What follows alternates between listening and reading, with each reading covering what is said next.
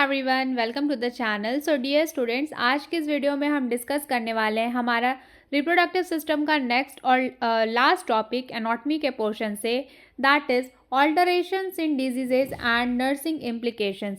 और इस वीडियो में हम मेल एंड फीमेल दोनों के रिप्रोडक्टिव सिस्टम में कौन कौन से ऑल्टरेशंस, मतलब स्ट्रक्चर में चेंजेस होने की वजह से कौन से डिजीज़ होने के चांसेस होते हैं, उसको हम एक ही वीडियो में डिस्कस करेंगे। सो डियर स्टूडेंट्स, मैं आपको बता दूं कि इस टॉपिक से एनाटॉमी और फिजियोलॉजी में अगर देखा जाए तो क्वेश्चंस आने के चांसेस अराउंड 30 to 40% ही हैं। बट सिंस ये आपके सिलेबस में मेंशन है, सो इट्स माय ड्यूटी कि मैं आपको हर एक टॉपिक कवर कराऊं, ठीक है।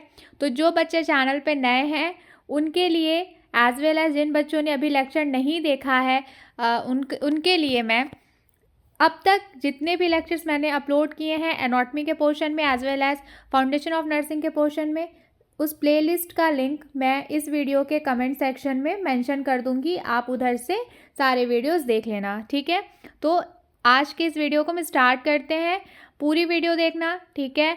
नोटबुक पेन लेकर के बैठो, क्योंकि मैं ऑन स्क्रीन नोट्स शेयर करूंगी, तो वो नोट्स आपको नोट डाउन करते चलना है और जैसे ये वीडियो ख़त्म होगी तुरंत उस नोट्स को रिवाइज कर लेना, ठीक है। तो चलो बच्चों, वीडियो स्टार्ट करते हैं। सबसे पहली चीज़ देखो, मेल रिप्रोडक्टिव सिस्टम के अगर स्ट्रक्चर में कोई ऑल्ट्रेशन का मतलब क्या होता है, पहले ये चीज़ें जान लो। ऑल्ट्रेशन का मतलब होता है चेंजेस, ठीक है। तो अगर नॉर्मल स्ट्रक्चर में कोई चेंजेस आते हैं तो कौन कौन से डिजीज़ कंडीशन होने के चांसेस हैं। तो सबसे पहला होता है इरेक्टाइल डिसफंक्शन, देन है बेनाइन प्रोस्टेटिक हाइपरप्लेजिया, थर्ड है प्रोस्टेट कैंसर और फोर्थ है टेस्टिकुलर कैंसर, ठीक है। तो ये सारे डिजीज़ के नाम देख करके घबरा नहीं जाना। जैसे आप अपने सेमेस्टर को पास करके आगे बढ़ते जाओगे ना, तो धीरे धीरे आप जो फर्दर सब्जेक्ट्स आपके आएंगे अपकमिंग सेमेस्टर्स में, ये सारे डिजीज़ कंडीशन के बारे में आप पढ़ोगे, ठीक है।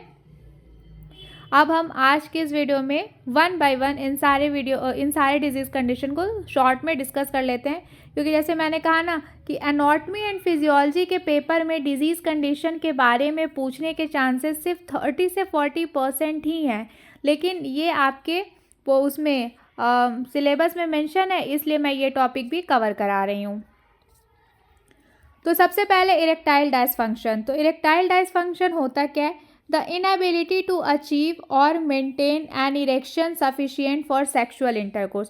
तो सेक्सुअल इंटरकोर्स के दौरान जैसे कि जो पार्टनर है, मेल पार्टनर है, उसकी इनएबिलिटी, ठीक है, कि वो इरेक्शन सफिशिएंट इरेक्शन कर पाए, उस इनएबिलिटी को ही इरेक्टाइल डिसफंक्शन बोलते हैं। तो एज अ नर्स आपकी क्या ड्यूटी है? तो सबसे पहली चीज़, provide education about lifestyle changes such as managing stress, limiting alcohol and stopping smoking। In case आपकी नर्सिंग ड्यूटी के टाइम पे आपको एक ऐसा पेशेंट मिलता है केयर के लिए जिसको इरेक्टाइल डिसफंक्शन की दिक्कत है, तो आप उसको सबसे पहले हेल्थ एजुकेशन प्रोवाइड करोगे कि भाई तुम अपनी लाइफस्टाइल चेंजेस को ले आओ, मतलब कि तुम्हें अपनी लाइफस्टाइल में कुछ चेंजेस करने की ज़रूरत है, तब जा कर के तुम्हारा ये इशू सॉल्व हो पाएगा ईजिली। तो सबसे पहली चीज़ क्या होगी, आप उसको एजुकेट करोगे कि स्ट्रेस नहीं लेना है। साथ ही साथ अगर अल्कोहल वो कंज्यूम करता है तो उसको लिमिट करो, क्योंकि अचानक से तो तुरंत अल्कोहल छूट नहीं जाएगा, तो भाई धीरे धीरे अपनी उस हैबिट पे कंट्रोल लाओ। देन अगर स्मोकिंग करते हो तो स्मोकिंग वगैरह छोड़ दो। तो आप इन सारी चीज़ों के बारे में अपने पेशेंट को एजुकेट करोगे। Then encourage communication with a partner to reduce anxiety, as well as आप उनको बताओगे कि जब भी आप अपने पार्टनर के साथ सेक्सुअल इंटरकोर्स कर रहे हो तो उस टाइम पे आप अपने पार्टनर के साथ कम्युनिकेट करो, ताकि आपकी जो एंजाइटी है वो रिड्यूस हो, ठीक है। Then support pharmacological treatment. तो और आप उसको बताओगे कि जो फार्माकोलॉजिकल, मतलब जो डिजीज़ कंडीशंस वगैरह के हिसाब से दवाइयाँ दी जा रही हैं उसको अच्छे से आपको लेना है, टाइम से लेना है। And then as a nurse आप मॉनिटर करोगे कि उन मेडिसिन्स का उस पेशेंट पे कहीं कोई साइड इफ़ेक्ट तो नहीं है। Then at last assess underline causes, example diabetes, hypertension, psychological factors. And as a nurse आप ये असेस करोगे कि कहीं ये जो इरेक्टाइल डायसफंक्शन की दिक्कत पेशेंट को आ रही है, कहीं वो उसको ऑलरेडी एग्जिस्टिंग किसी डिजीज़ कंडीशन की वजह से तो नहीं हो रहा है, जैसे कि डायबिटीज़, हाइपरटेंशन या कोई साइकोलॉजिकल फैक्टर। देन है बेनाइन प्रोस्टेटिक हाइपरप्लेसिया। तो बेनाइन प्रोस्टेटिक हाइपरप्लेसिया में क्या होगा, enlargement of the prostate gland leading to a urinary difficulties. तो इसमें क्या होता है कि ये जो प्रोस्टेट ग्लैंड होती है मेल्स में, ये बड़ा, इसका जो साइज है वो एनलार्ज हो जाता है, जिसकी वजह से उनको यूरिनेशन में दिक्कत आती है। ठीक है, अब एज अ नर्सिंग आपकी क्या ड्यूटी है, तो सबसे पहले आप मॉनिटर करोगे कि उस पेशेंट का यूरिन आउटपुट कितना है, लाइक वो कितना यूरिन पास कर रहा है। जो कैथेटर लगता है, ठीक है, ऐसे पेशेंट को, देन उनका यूरिन मेज़र होता है, तो 200 ml आ रहा है, 300 ml आ रहा है, तो इस तरीके से उनका यूरिन आउटपुट आप मेज़र करोगे। स्पेशली उन केसेस में जहाँ पे रिटेंशन या फिर फ्रीक्वेंसी जैसी दिक्कत है।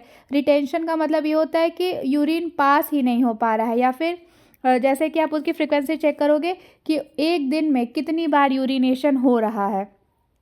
Then educate the patient on medications like alpha blocker. अब देखो, किसी भी पेशेंट को जब दवा दी जाती है तो वो उसके बारे में पूछता है ना कि ये कौन सी दवा है, ये कब तक असर दिखाएगी, कितनी जल्दी मैं ठीक हो जाऊंगा। तो आप जो अल्फ़ा ब्लॉकर दवा चलाई जाती है ऐसे पेशेंट को, तो उसके बारे में आप थोड़ा बहुत एजुकेट करोगे। Then encourage fluid intake management and regular voiding pattern. Then आप उस पेशेंट को बताओगे कि भाई जो आपका फ्लूइड इनटेक है आप उसको बढ़ाओ। ठीक है, लाइक अगर आप 1 गिलास पानी पी रहे हो तो आप दिन में 2 गिलास पानी पियो। जस्ट मैं एक एग्जांपल दे रही हूँ। ठीक है, इस तरीके से आप उसको बताओगे कि आप अपना फ्लूइड इनटेक बढ़ाओ। Then be aware of the risk of surgery, example TURP and the implications for post operative care. तो सबसे पहली बात तो आप पेशेंट को बताओगे कि सर्जरी के लिए उनको अवेयर करोगे कि ऐसे कंडीशन में चांसेस होते हैं कि सर्जरी करने की नौबत आ जाए। देन इन केस अगर सर्जरी होता है तो एज अ नर्स जो भी पोस्ट ऑपरेटिव केयर होता है, ठीक है, पोस्ट ऑपरेटिव केयर जो होता है आप वो उस पेशेंट को दोगे।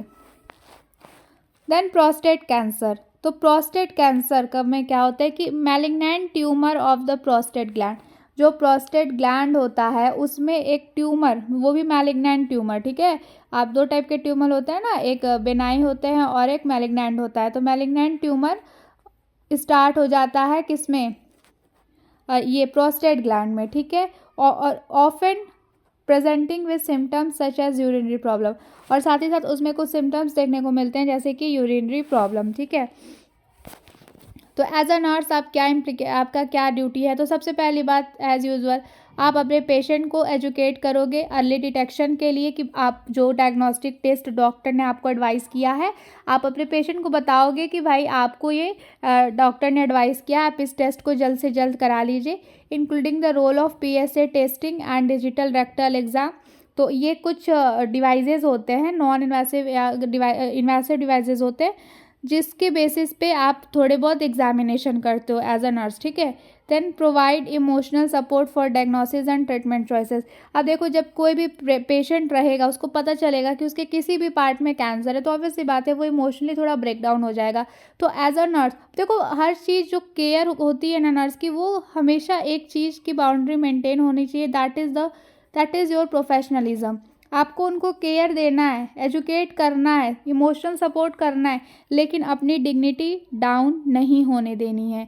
जो प्रोफेशनलिज्म का क्राइटेरिया है, डिग्निटी है, वो आपको बनाए रखना है। ठीक है, then at last as usual आप मॉनिटर करते रहोगे पेशेंट को कि कहीं कोई कॉम्प्लिकेशन तो नहीं हो रहा है जो ट्रीटमेंट चल रहा है, जैसे कि सर्जरी। अब कैंसर है तो ऑब्वियसली बात है रेडिएशन थेरेपी और कीमोथेरेपी चलेगा, तो आपको एज अ नर्स ये चीज़ें मॉनिटर करती रहनी है कि उसकी वजह से कहीं पेशेंट को कहीं कोई सीवियर कॉम्प्लिकेशन या फिर ऐसा कोई साइड इफ़ेक्ट तो देखने को नहीं मिल रहा है। Then testicular cancer. तो टेस्टिकुलर कैंसर में क्या होता है, टेस्टिकुलर यानी टेस्टिस, कैंसर वही जो फॉर्मेशन ऑफ ट्यूमर। तो देखो, टेस्टिकल्स जो होते हैं उस पर कैंसर होता है, और ये कैंसर कैसे प्रेजेंट हो सकता है, या तो लंप जैसे कि मान लो गांठ जैसी चीज़ें ऐसे टच करने पे फील होगी, एज वेल एज स्वेलिंग जो टेस्टिकल्स होते हैं उसमें स्वेलिंग आ जाएगी, उसका साइज बड़ा हो जाएगा। देन एज अ नर्स आपकी क्या ड्यूटी है? सबसे पहली चीज़ आपको रेगुलर टेस्टिकुलर सेल्फ एग्जामिनेशन के बारे में अपने पेशेंट को बताना है। देन एजुकेट करना है पेशेंट को कि कितना मतलब किसी भी इस टाइप के किसी डिजीज़ कंडीशन का टाइम पे पता चलना कितना ज़्यादा ज़रूरी है। देन आप उसको प्रोवाइड करोगे पोस्ट ऑपरेटिव केयर। अगर इन केस पेशेंट का ऑपरेशन होता है तो जो पोस्ट का मतलब क्या होता है? बाद। तो ऑपरेशन के बाद जो केयर प्रोवाइड करते हो आप as a nurse, that is the post operative care, ठीक है। उसमें आप क्या उसको support for body image and fertility concerns. देखो लगभग जब भी किसी रिप्रोडक्टिव ऑर्गन में कोई इश्यूज आता है ना, तो मेल हो या फीमेल हो, वो रिप्रोडक्टिव कंसर्न को लेकर के या फिर अपनी फर्टिलिटी को लेकर के बहुत टेंशन में आ जाते हैं। तो एज अ नर्स आप उसको बताओगे उसके पर्टिकुलर डिजीज़ कंडीशन के हिसाब से जो भी उसके जो भी उसके फर्टिलिटी पे इफेक्ट पड़ने वाला है उसको आप पॉजिटिवली बताओगे, ठीक है। Then assist with counseling or chemotherapy and fertility preservation options. Then जो भी पेशेंट की मतलब कि कीमोथेरेपी या फिर फर्टिलिटी प्रिजर्वेशन ऑप्शंस अवेलेबल है उसके बारे में आप उसको काउंसलिंग प्रोवाइड करोगे, उसको नॉलेज दोगे।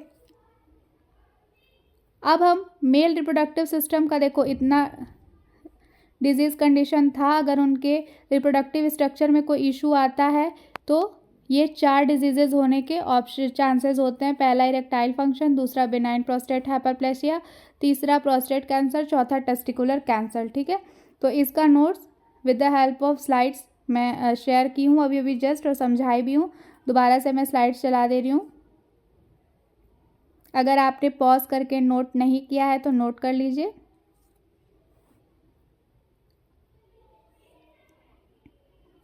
ठीक है, तो यहाँ पे मेल रिप्रोडक्टिव सिस्टम का अल्टरेशन मतलब अगर उनके रिप्रोडक्टिव स्ट्रक्चर में कोई दिक्कत आती है तो उसकी वजह से क्या डिजीज़ कंडीशन होने के चांसेस होते हैं वो मैंने आपको बताया। अब हम बात करते हैं अगर फीमेल के रिप्रोडक्टिव सिस्टम में, ठीक है, फीमेल के रिप्रोडक्टिव सिस्टम में अगर कोई चेंजेस आ जाता है, और चेंजेस यहाँ किस टाइप का चेंजेस है? एबनॉर्मल चेंज, ठीक है। अगर उसके नॉर्मल स्ट्रक्चर में कोई एबनॉर्मल चेंज होता है तो कौन कौन से डिजीज़ कंडीशन होने के चांसेस हैं? तो सबसे पहले तो भाई polycystic ovary syndrome, endometriosis, uterine fibroids, ovarian cancer and menstrual disorders. तो देखो अभी आगे जैसे जैसे आप सेमेस्टर पार करते जाओगे ना, तो एक सब्जेक्ट आएगा आपका, दैट इज़ द ओबीजी। वहाँ पे आप फीमेल रिप्रोडक्टिव और उसके गायनेकोलॉजिकल कंडीशन से रिलेटेड जितने भी डिजीज़ कंडीशन होते हैं सबके बारे में डिटेल में पढ़ोगे, ठीक है।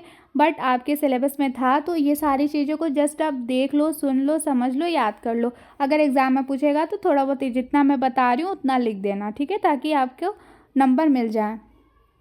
वैसे एनाटॉमी फिजियोलॉजी के एग्ज़ाम में किसी डिजीज़ कंडीशन के बारे में पूछने के चांसेस बहुत कम है, बट हाँ किसी पर्टिकुलर सिस्टम के ऑल्ट्रेशन के रिगार्डिंग कुछ क्वेश्चन फिजियोलॉजी के पोर्शन में पूछ सकता है।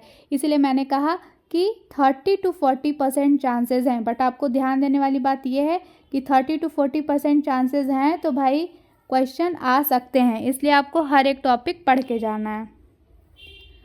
तो सबसे पहले हम डिस्कस करेंगे पॉलीसिस्टिक ओवेरियन सिंड्रोम।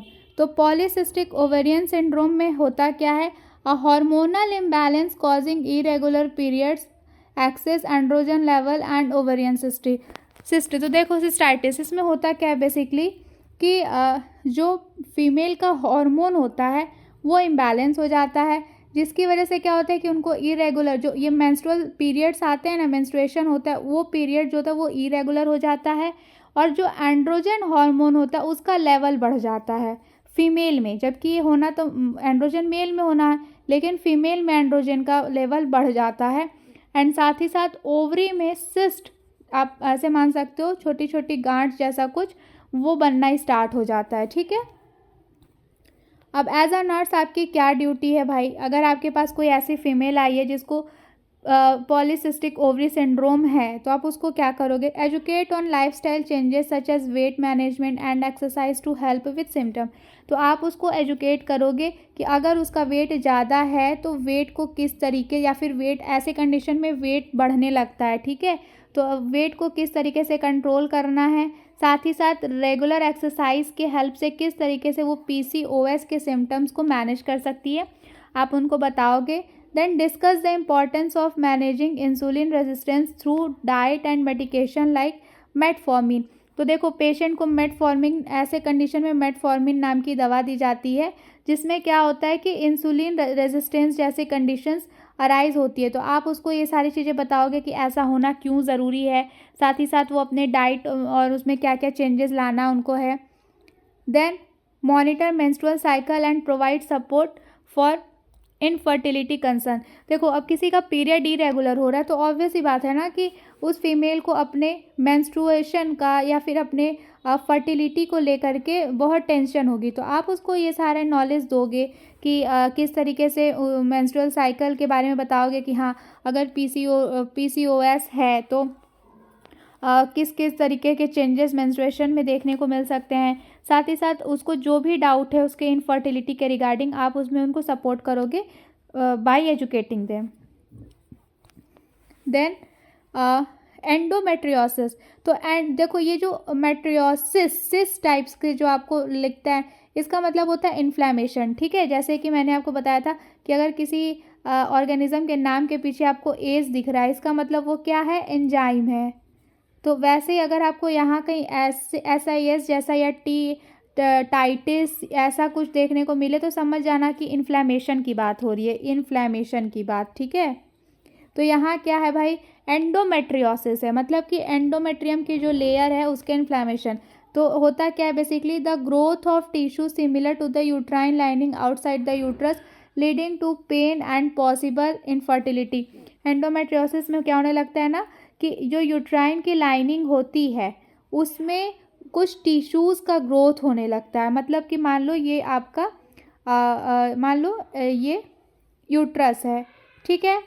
ये एक सेकेंड, मान लो कि ये इस तरीके से यूट्रस का शेप हम बनाते हैं तो इसकी लाइनिंग है जो एंडोमेट्रियस की, तो इसमें कुछ अलग से टिश्यूज़ का जनरेशन होने लगेगा, ठीक है। तो इस तरीके से आप देखोगे तो आपको ये स्वेलिंग सा इन्फ्लेम्ड पोर्शन दिखने लगेगा। तो ये ऐसे जो एंडोमेट्रियम के लेयर में जब टिश्यू फॉर्मेशन एक्सेस होने लगता है तब एंडोमेट्रियोसिस होता है। देन नर्सिंग इम्प्लीकेशन, आपकी क्या ड्यूटी है, ऑब्वियस ही बात है भाई, पेन हो रहा है पेशेंट को, दर्द होगा तो उसको सबसे पहले उसकी पेन मैनेजमेंट स्ट्रैटेजीज फॉलो करोगे जिसमें कि non pharmacological options, heat therapy and medication. जो मेडिसिन है वो तो दोगे ही दोगे, साथ में नॉन फार्माकोलॉजिकल ऑप्शंस वो ऑप्शंस होते हैं जो बिना मेडिसिन दिए आप मैनेज करते हो, ठीक है, दर्द को कम करना। तो मान लो कि हीट थेरेपी, जब कहीं दर्द होता है तो अब हिंदी में बोलो तो सेकाई करते हो ना, चाहे आप बर्फ़ की करो चाहे गर्म थोड़ा सेकाई करो, जैसा कंडीशन है उस हिसाब से तो हीट थेरेपी देते हैं। Then educate on treatment options like hormonal therapy और सर्जरी। देन एंडोमेट्रियोसिस की कंडीशन को सही करने के लिए कौन कौन से ट्रीटमेंट ऑप्शन अवेलेबल हैं इसके बारे में आप अपने पेशेंट को बताओगे। जैसे कि हार्मोनल इम्बैलेंस हुआ है तो ऐसे कंडीशंस के लिए हार्मोनल थेरेपी और सर्जरीज़ के ऑप्शन अवेलेबल होते हैं। देन ऑब्वियस सी बात है भाई, पेशेंट घबराएगी, उसका इमोशनल ब्रेकडाउन होगा तो आप उसको इमोशनली सपोर्ट करोगे। देन क्रोनिक पेन और infertility can lead to significant distress and anxiety. तो बहुत टाइम से जब किसी को दर्द हो रहा होगा, साथ ही साथ उसकी इनफर्टिलिटी या फिर कह लो कि उसकी जो फर्टिलिटी है वो इनफर्टिलिटी की तरफ बढ़ रही है तो उसको टेंशन होगा ना, इसको स्ट्रेस होगा। तो ऐसे कंडीशन में आप उसको समझाओगे कि नहीं घबराने वाली कोई बात नहीं है, जो भी प्रिवेंटिव मेजर्स होंगे, जो ट्रीटमेंट ऑप्शंस अवेलेबल होंगे, आप उन सब चीज़ों के बारे में उसको नॉलेज दोगे। तो इससे क्या होता है कि पेशेंट का एंजाइटी कम होती है। अब आप खुद सोचो, आपको कोई प्रॉब्लम है, ठीक है, आपको कोई प्रॉब्लम है तो आपको जब उस प्रॉब्लम के बारे में सॉल्यूशन नहीं पता रहता है तो आपको क्या होता है, डर लगता है। लेकिन वहीं कोई इंसान आए और आपको उसका सॉल्यूशन बता दे कि देखो ऐसे ऐसे है, घबराने की कोई बात नहीं है, डिजीज़ है तो ठीक है, हम इसका ऐसे सॉल्व कर सकते हैं, इसको ऐसे ट्रीट कर सकते हैं। तो आप क्या करोगे, आप हैप्पी हो जाओगे, आप थोड़े एंशियस लेस हो जाओगे, मतलब आपकी एंजाइटी कम हो जाएगी। Then uterine fibroids. तो देखो यूट्राइन मतलब यूट्रस से रिलेटेड है, तो इसमें क्या होता है basically, non cancerous growth in the uterus that can cause heavy bleeding. तो जो यूट्रस होता है उसमें ना टिश्यूज़ का ग्रोथ होने लगता है लेकिन वो कैंसरस नहीं होता, मतलब कि वो कैंसर नहीं होता है, जस्ट वो फाइब्रस टिश्यूज़ होते हैं जो इकट्ठा होने लगते हैं वो। तो उसकी वजह से क्या होता है कि हैवी ब्लीडिंग होने लगती है। पेन होता है, दर्द होता है, साथ ही साथ और भी कई सारे सिम्टम्स देखने को मिलते हैं। तो एज अ नर्स आपकी क्या ड्यूटी है, आप मॉनिटर करोगे कि अब भाई ब्लड लॉस हो रहा है तो ऑब्वियस सी बात है ना कि पेशेंट को एनीमिया, ठीक है, खून की कमी होने की चांसेस हैं, क्योंकि एक्सेसिव ब्लीडिंग हो रही है। तो आप उसका एनीमिया चेक करते रहोगे, साइन देखोगे कि कहीं उसको एनीमिया का कोई लक्षण तो नहीं दिख रहा है। देन आप उसको इन्फॉर्मेशन प्रोवाइड करोगे जो भी ट्रीटमेंट ऑप्शंस अवेलेबल हैं उसके रिगार्डिंग।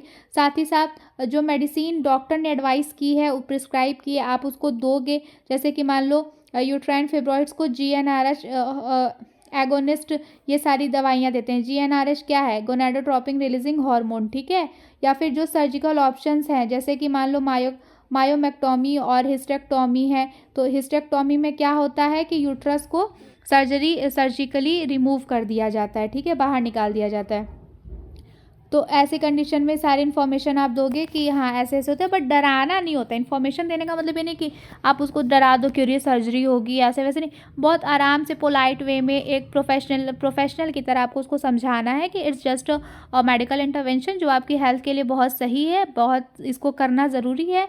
तो बस अंडर एनेस्थीसिया आपकी डॉक्टर सर्जरी करेंगे, देन हम नर्सेज आपकी केयर करेंगे, आप ठीक हो जाएंगी, आप अपने घर जाएंगी। तो इस तरीके से आपको पेशेंट को समझाना है, ठीक है।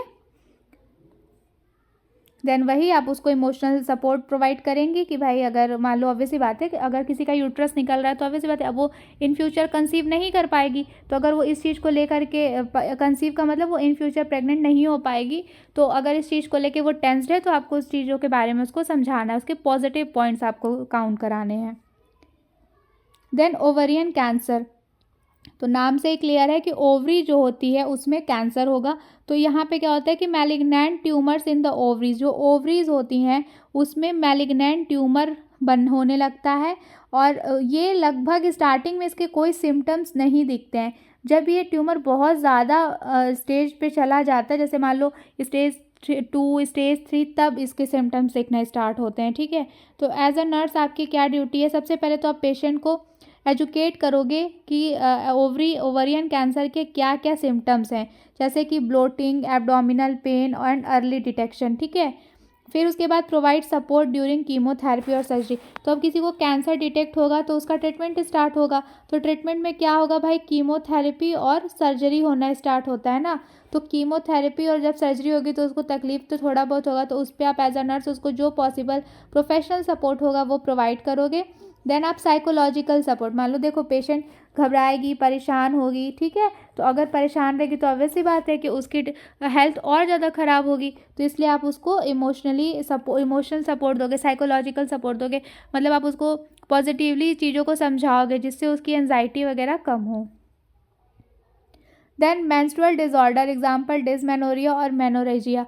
तो देखो ये जो फीमेल में, ठीक है, मेंस्ट्रुएशन दैट इज़ आप इंग्लिश में जिसको नॉर्मल वर्ड में पीरियड बोलते हो, वो रेगुलर बेसिस पे आने का क्या मतलब है कि आप रिप्रोडक्टिवली हेल्दी हो, ठीक है, आप रिप्रोडक्टिवली हेल्दी हो।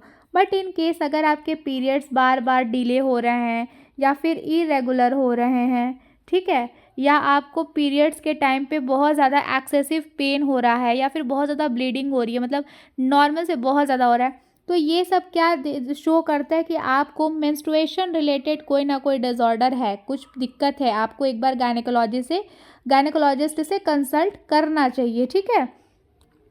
तो जनरल मेंस्ट्रुअल डिसऑर्डर्स क्या होते हैं, डिसमेनोरिया होता है और मेनोरेजिया होता है, ठीक है। तो डिसमेनोरिया में क्या होता है, बहुत ज़्यादा लाइक जब पीरियड्स हो रहे होते हैं तो बहुत ज़्यादा दर्द होता है, ठीक है। और मेनोरेजिया में क्या होते हैं, ब्लीडिंग बहुत ज़्यादा होती है, ठीक है। तो ये 2 एबनॉर्मल कंडीशंस होते हैं। तो इसके एज अ नर्स अगर आपके पास कोई ऐसी पेशेंट आती है जिसको डिसमेनोरिया या फिर मेनोरेजिया है, तो आप उसको क्या ट्रीटमेंट दोगे या उसके टुवर्ड्स आपकी क्या ड्यूटी रहेगी। तो सबसे पहली चीज़, कोई भी पेशेंट जब हॉस्पिटल में आता है ना, तो उसको अपने डिजीज़ कंडीशन के बारे में ज़्यादा कुछ पता नहीं रहता, वो घबराया रहता है कि क्या हो गया है, कैसे ठीक होगा, क्यों हुआ। तो आपका सबसे पहला चीज़ होता है उसको एजुकेट करना, ठीक है। साथ ही साथ ऑब्वियस सी बात है कि अगर डिसमेनोरिया है तो पेन हो रहा है, तो उसका पेन मैनेजमेंट टेक्निक जो भी डॉक्टर दवा प्रिस्क्राइब किए रहेंगे, जब मान लो NSAID, इसको बोलते हैं non steroidal anti inflammatory drug, ठीक है। ये जब आप फार्माकोलॉजी पढ़ोगे, ठीक है, सेकेंड ईयर में जब फार्माकोलॉजी पढ़ोगे तब आप ये NSAID के बारे में पढ़ोगे। अभी के लिए इसका फुल फॉर्म जान लो, क्या होता है, नॉन स्टेरॉयडल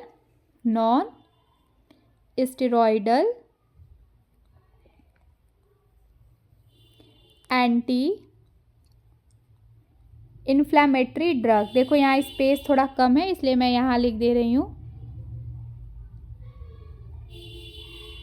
सॉरी बच्चों, बाहर से थोड़ी आवाज़ें आती हैं, ठीक है, उसको आप अवॉइड करना है। इन्फ्लेमेटरी ड्रग, तो non steroidal anti inflammatory drug का ये NSAID का फुल फॉर्म होता है, ठीक है। And for non, S for steroidal, A for anti, I for inflammatory, D for drug. और साथ ही साथ अब उसको दर्द है तो जनरली भी देखो जब पीरियड्स आते हैं, पेन होता है तो गर्म पानी की सिकाई करते हो ना, तो उसी को बस नर्सिंग लैंग्वेज में हीट थेरेपी बोल रहे हैं। देन मॉनिटर मेंस्ट्रुअल साइकिल, उसका जो मेंस्ट्रुअल साइकिल होगा, मान लो जगह वो रेगुलर बेसिस पे बार बार हॉस्पिटल आ रही है चेकअप के लिए, तो आपकी ड्यूटी है कि आप एज अ नर्स उसका असेसमेंट करोगे, हिस्ट्री कलेक्शन लोगे, उसका पूछोगे कि जो अब मेंस्ट्रुअल साइकिल है वो रेगुलर है कि नहीं है। साथ ही साथ उसको अगर बहुत ज़्यादा एक्सेसिव ब्लीडिंग हो रही है पीरियड्स में, तो आप क्या करोगे कि भाई ब्लड लॉस हो रहा है तो एनीमिया, खून की कमी यानी कि एनीमिया होने के चांसेस हैं, तो आप चेक करोगे, असेस करोगे कि कहीं एनीमिया का कोई साइन सिम्टम तो नहीं दिख रहा है। साथ ही साथ उसको इनकरेज करोगे कि वो टाइम टू टाइम देखो ये बहुत इंपॉर्टेंट है, ध्यान, गायनेकोलॉजी के पास चेकअप के लिए जाए। पता है विमेंस के अमॉन्ग ना एक बहुत बड़ा स्टिग्मा है कि अगर कोई लड़की गायनेकोलॉजी के पास, गायनेकोलॉजिकल चेकअप के लिए जा रही है गायनेकोलॉजिस्ट के पास, तो लोग उसको बोलते हैं कि भाई अरे ये तो पक्का कुछ ऐसा वैसा की होगी, लाइक प्रेग्नेंट होगी शादी के पहले, इसलिए डॉक्टर के पास गई। नहीं, ऐसा नहीं है। गायनेकोलॉजिस्ट के पास एक फीमेल को पीरियड्स की वजह से मतलब जो उसका एक मेंस्ट्रुअल साइकिल है उसमें बहुत सारे टाइप की दिक्कतें आती हैं, तो आपको घबराना नहीं है, या फिर आपके आसपास जो लोग हैं उनमें अवेयरनेस लाना है, ठीक है, उनको बताना है कि अगर आपके पीरियड्स में कोई भी इशू है तो आप बिना किसी डर के, बिना ये सोचे कि सोसाइटी क्या सोचेगी, आपको ज़रूर गायनेकोलॉजिकल चेकअप के लिए जाना चाहिए, डॉक्टर से मिलना चाहिए और अपना ट्रीटमेंट जल्द से जल्द कराना चाहिए।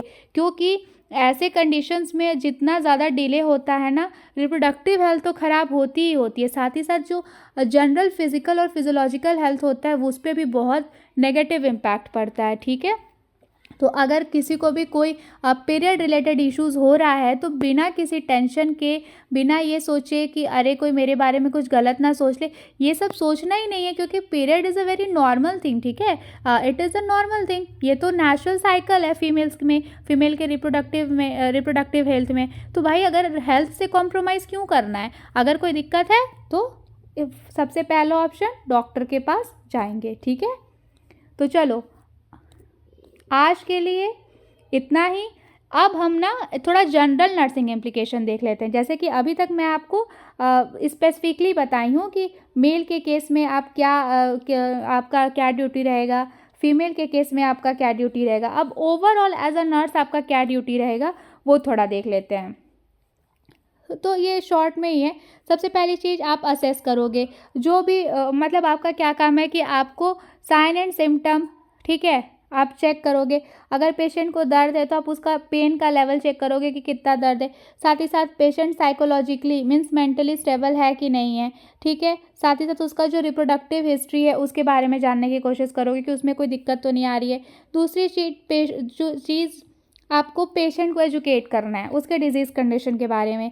तीसरा साइकोलॉजिकल सपोर्ट देना है। लाइक पेशेंट साइकोलॉजिकल सपोर्ट का क्या मतलब होता है? साइकोलॉजिकल सपोर्ट मतलब जो थिंकिंग, थॉट, ठीक है, फियर, एंजाइटी, डिप्रेशन, ठीक है, डाउट, ये सारी चीज़ें जो आ रही हैं पेशेंट के माइंड में, उसको आपको मतलब अपनी बातों से, प्रॉपर कम्युनिकेशन की हेल्प से उन सारी चीज़ों को रिजॉल्व करना है। Then collaboration with health care team. भाई देखो, एक पेशेंट की जब एक पेशेंट का जब ट्रीटमेंट चल रहा होता है तो उसमें बहुत सारे लोग रहते हैं ना, जैसे कि डॉक्टर रहते हैं, लैब टेक्नीशियंस होते हैं, सबकी अपनी अपनी ड्यूटीज़ होती हैं। तो एज अ नर्स आपको क्या करना है कि एक पेशेंट के केयर में जितने भी लोग इन्वॉल्व हैं सबके साथ कोलैबोरेट करना है, मीन सबके साथ मिल के आपको अपनी ड्यूटी करनी है एज अ टीम मेंबर।